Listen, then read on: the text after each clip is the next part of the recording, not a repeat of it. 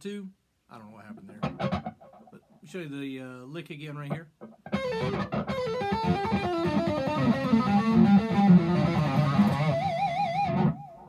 And then go back to this pickup. Do it again. Without looking this time.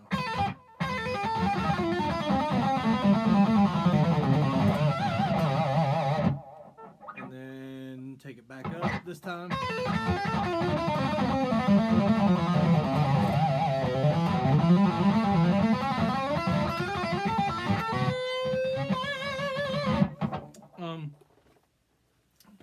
Before I show you this, I hear a lot about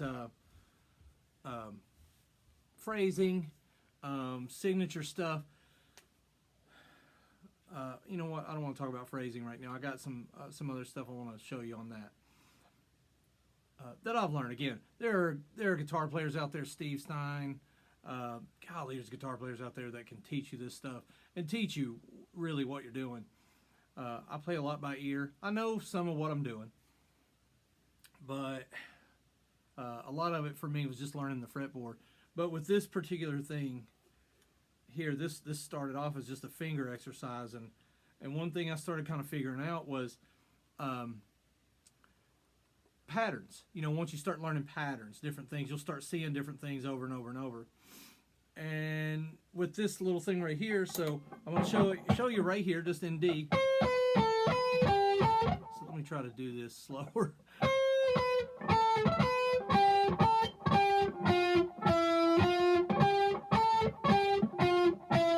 So that's the first part of it. That makes sense. And then you just kind of, so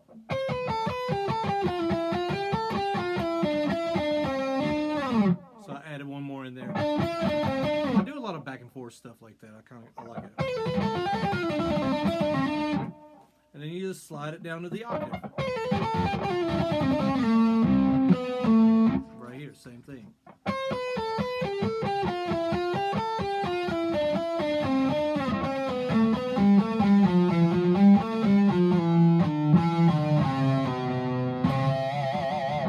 And get that. Yeah, try to get that in there.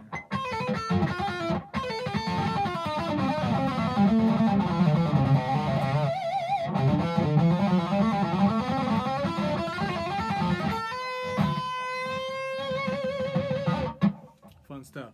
Anyways, it's kind of a cool pattern. Hopefully that makes some kind of sense to you. But what I started figuring out was when you see these patterns and you see other people play them, I learn a lot by watching other guitar players play. So that's what I mean. Like, I'm not really here to teach you anything. I'm just showing you some cool stuff I've picked up. Hopefully you take it and make it your own. That's what I'd like to see you do. Make it your own thing. So by doing that, watching other players, sometimes I've stumbled across stuff accidentally. So this first part of it here.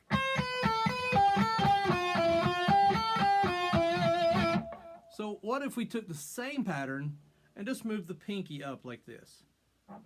I mean, it would work, right?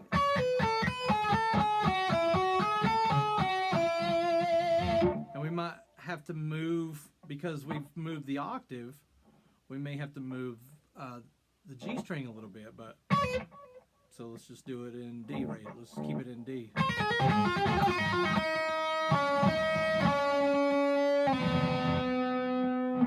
So, crap, where was I?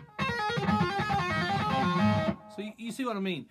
Change the shape a little bit, but just keep the same pattern, relative.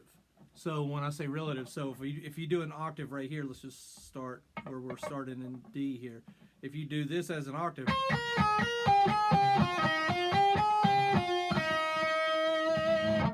you started in D, so you have to still go to this D right here. So you see what I mean? Octave, octave.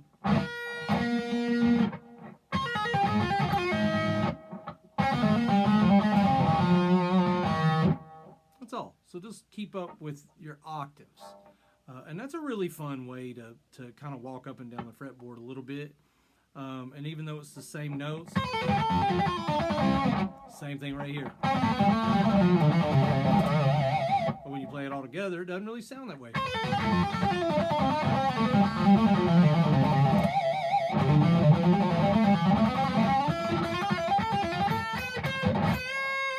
Especially when you climb back up, for some reason it changes it a little bit. To me, to my ears anyways. And then I want to show you this pattern right here. It's kind of cool too. There again, just an exercise. It's a great picking exercise. But I started noticing, I started seeing this pattern, and then started using it quite a bit when I was learning solos, and I'll show you one in a second. But it just start wherever you start it, doesn't matter. Let's just start it in B right here. So let me do it this way. So 1, 2, 3, 4. So if I go 1, 4, 3, hopefully that makes sense. So watch the pattern. And then 1, 4, 2. Or it was it's actually 4, 1, 2. You see what I mean? I'm just talking about the fingers that you're using. So 1, 3, and 4. Now see, we're on these 2 right here. So we move up and we still use those 2. Now see how we're a full step apart right here? Now we'll go here and we're still at this full step apart, but we take everything in full step. That's the pattern. So you just repeat it. So right here.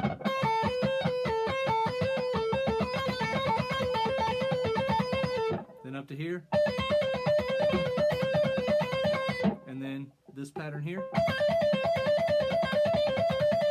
And then it repeats back to 1, 3, and 4. 1, 2, 3, and 1, 2, and 4. And then however you want to do this, but I do 1, 2, and 3. So again, started off as a picking exercise.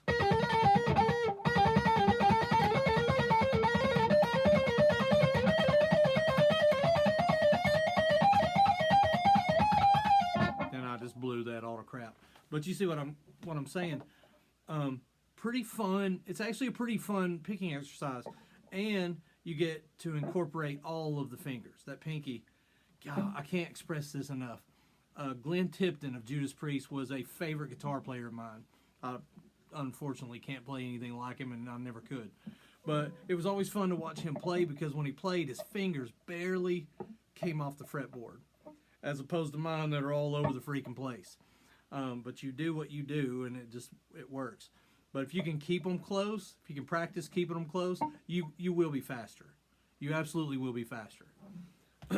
And probably more accurate versus this thing just going all out wherever it wants to do. But I wanted to show you that pattern because when I was learning the solo to Still the Night, Whitesnake, I actually used that pattern in the climb up at the end of that solo. So it gets to a part where it gets to that fast part and it ascends for a little bit.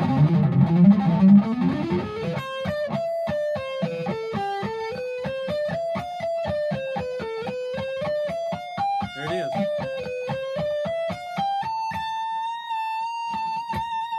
So you see that pattern just develops right there.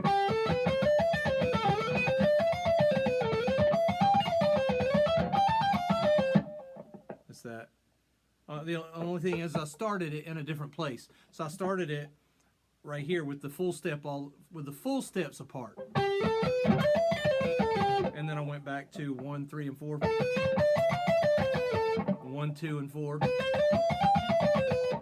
And then back to the full steps apart there. So that whole run is like... Let me try not looking at it because for some reason I can't get it.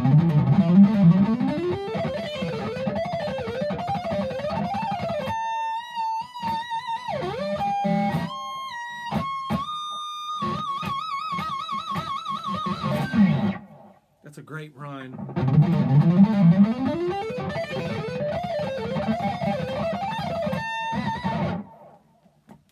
One more time. Let me try it again. Let's try it on this pickup.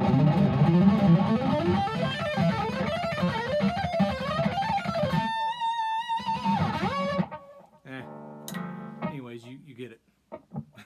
Okay. If I was playing just the whole solo, I probably could get to it and not think anything about it. But see, I thought about it.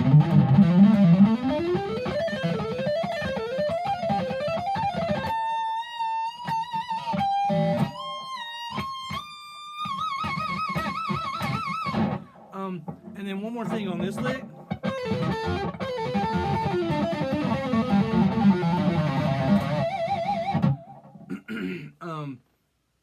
A lot of times players will use this trick to make things nasty. You got players like Paul Gilbert that can do pretty much whatever he wants to do. But I like to let strings kind of keep ringing while I'm hitting other notes.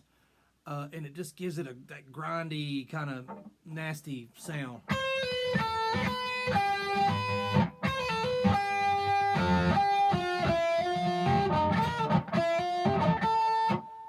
Y'all, I can't play tonight. Sorry. But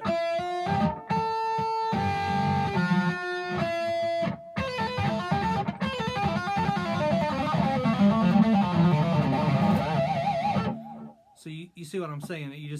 Some of those notes you just let, instead of choking them up. I mean, you could do it that way if you wanted to, and it's good practice to be able to do it.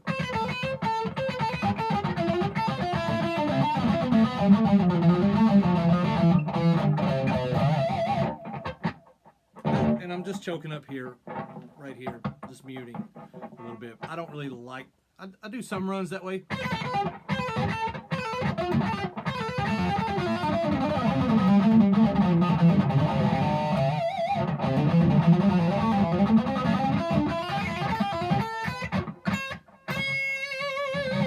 But most of the time I just mix it up. Just mix it up. Do your thing. Do whatever you do and whatever you like to hear and whatever you like to do. Oh, let's sound better on this one.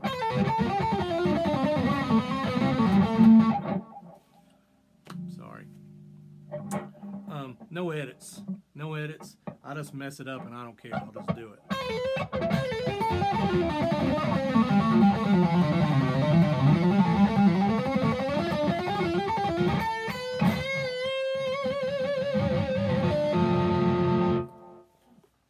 Noises and everything. Anyways, I hope that helps somebody. Hope it ends up being kind of cool, and you turn it into something that's yours. Maybe one day I'll have time to actually sit down and edit videos and make myself look like a way better player than what I am. Quite honestly, like tonight, I just sit down and just hit record and just start playing. You know, if I warmed up, I'd probably make better videos. Maybe one day I'll do that. I don't know. You know, I'm just a real dude, man. I'm just a real dude. I do what I do. But when the time comes and you got to get on stage and you got to make that happen, that comes from repetition. This is stuff, you know, I hadn't thought about really. Haven't played it. I just sat down and started going for it and just hit record. But I can't stress repetition enough. These people that have been doing this for a long time, they've been doing it a long time, and they've been doing some of the same stuff over and over and over. I love going to concerts and seeing guitar players kind of stretch the solos out of proportion a bit, you know, and they do something a little different. I mean, you can tell that they either didn't record it the way they wanted to, and then you see them live and you go, oh, okay, that's what they wanted to do. Or don't forget, these cats have played these solos hundreds of thousands of times.